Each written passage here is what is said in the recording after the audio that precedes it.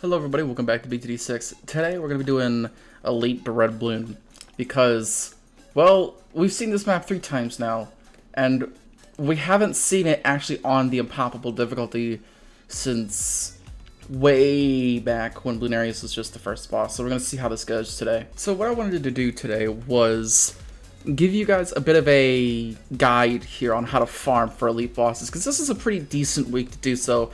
Not only is it because it's on Impoppable difficulty, but it'll allow me to show off how most, players who do the elite bosses every week, like me, are actually able to farm. And a lot of people tend to struggle with elite bosses because, well, they don't get enough money because you need money. And that's what we're going to be doing today. I'm going to show you how to turn a single farm into the massive money empire that is the elite bosses. So what I'm doing right now is I'm going for at least 4 200 farms. Once I get 4 200 farms, using Ben's ability whenever I can to sort of not save on defense, but try to get up as little defense as possible. Because what you want to do is you want to get 4 of these farms as early as you can, only defending when you absolutely need to. Now, with the setup that I have going here, I'm using a village because it's impoppable, but 99% of the time the village is not needed. What I'm going to be doing is I'm going to be upgrading these 4 farms into marketplaces. And once we actually upgrade these 4 farms into marketplaces, it just becomes a battle of how much money do we need to spend in order to defend, so we can actually use the minimum amount of defense as possible to get more money. Now, once we get 4 marketplaces up, like this, we're going to go for more marketplaces, as many as we can get. Only we're going to be going for the middle path. I'm going to go for the triple darts here to make sure that I can actually deal with camo balloons. But we're going to get as many of these marketplaces as possible. Now, you want to have at least 6 of the marketplaces before we start setting up our defense here. So what I'm going to be doing is I'm going to be going for the typical tier 1 elite Dread Balloon setup. You're going to see how, because Dread Balloon is so slow, we're able to just, instead of selling all of our farms for some big massive defense, we're going to be just using something that I like to call a slow burn strategy. So here we go with tier 1, and we're going to be using the same strat as we did last time we did this, which is just going for a bunch of mob maulers with this village around it so we can save a little bit of money.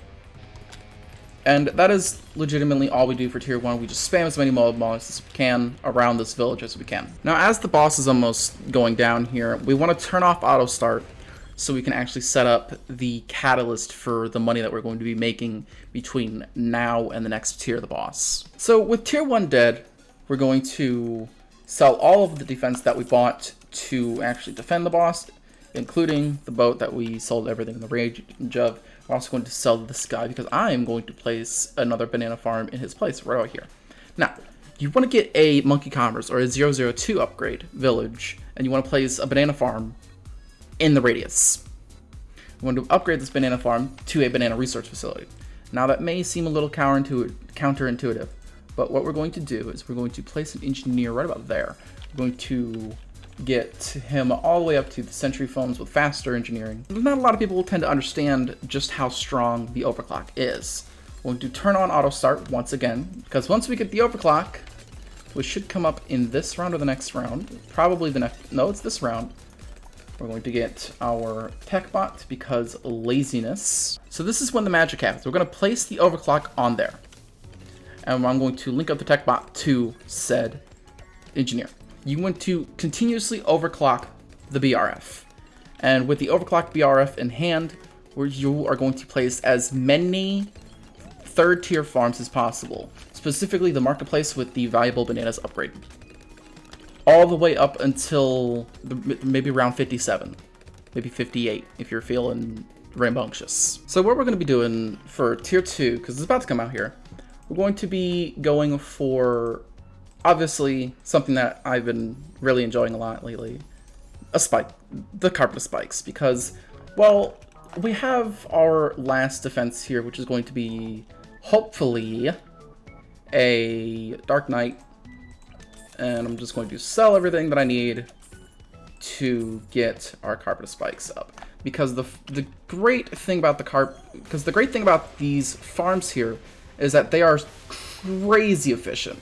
The third tier farms, right, this farm right here is super efficient. It pays itself off in like 2 or 3 rounds. It is ridiculous. So what I'm going to be doing is I'm just going to be simply just Carpet Spikes. So while this is going off, I want to take this time to continue going with the money thing here. So we're going to go for a Monkey City, right? Monkey City next to this guy with an overclock will make you extreme amounts of money. I'm going to use the ability again. But we're not done. We're going to actually sell this guy and place another banana farm in his radius a little higher up, simply because I want to have more space to put farms. Now, this guy's going to be a bottom path, obviously.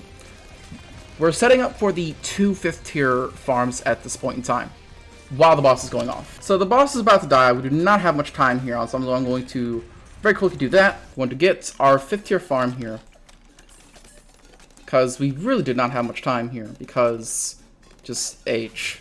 Anyway, I'm going to try and work through this. So with this round over, we're going to sell this guy. We're also going to sell this guy.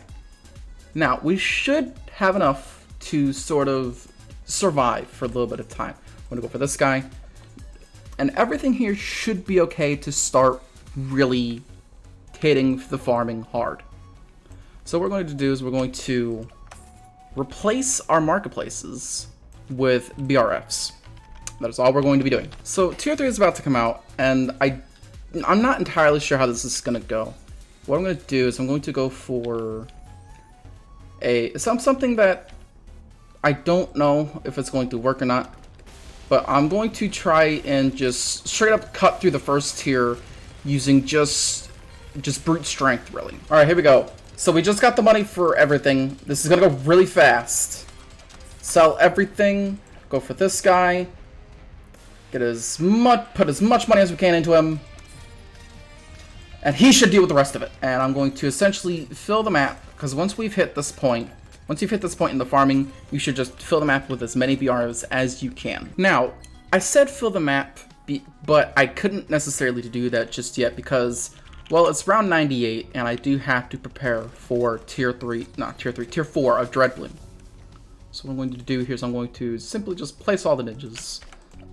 Going to get each of them upgraded as much as I can. Now, once you get the money, you should get the Paragon, but it is not necessarily a rush to actually obtain the Paragon. Yes, he is expensive, but if you've been following along and on most other boss events, you should be far more ahead of me because, well, I'm on Impoppable and everything's a lot more expensive. So with the Paragon up, this should be the entire tier. And then as the boss is dying, you can just continue to fill the map with as many farms as you can. Now, once you hit tier 5, you should have the map entirely filled with as many farms as you can fit.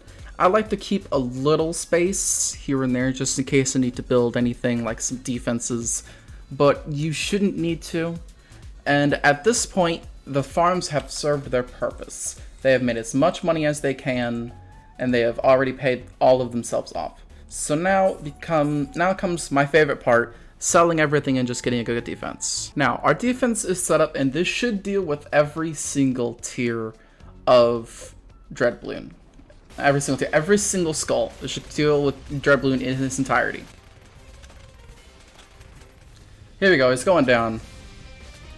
I sold the Engineer Paragon once it hit the immune to support to just get as much defense as I could, and that's game over. So that is all for today's video. This is a very, very fitting Insta-Monkey here, but now you should know anyway how to do the best you can for elite bosses, farming for them, and that is really all for this video. If you enjoyed it, like, comment, subscribe, all that YouTuber stuff. I'll see you later. Where does the Phoenix come from? It's gotta come from somewhere, and it's always on the wizard's beck and call. Where does it come from?